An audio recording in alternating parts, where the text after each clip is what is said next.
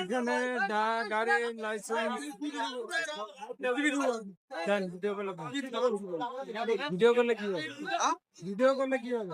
Video করা যাবে না। কেন কেন ভিডিও করে বলছে? ভিডিও ক্লেজারি হচ্ছে, কোনো কিছু হচ্ছে? ক্লেজারি তো হচ্ছে না। মানুষের তো জানা দরকার যে ফুয়েল কার্ড না দিলে ইয়া দিবে না। এটা জানানো দরকার আছে তো? দরকার নাই তো। কি দরকার না? মানুষ কিভাবে জানে? আন্দাজে একটা কথা ধরলো।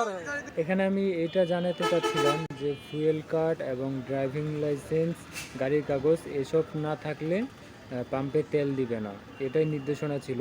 তো এই সুবাদেই হচ্ছে ভিডিওটা করা আমার। এরই মধ্যে হচ্ছে ইনি এরকম একটা বিহেভিয়ার করতেছিল। তো এটা ব্যাপার না।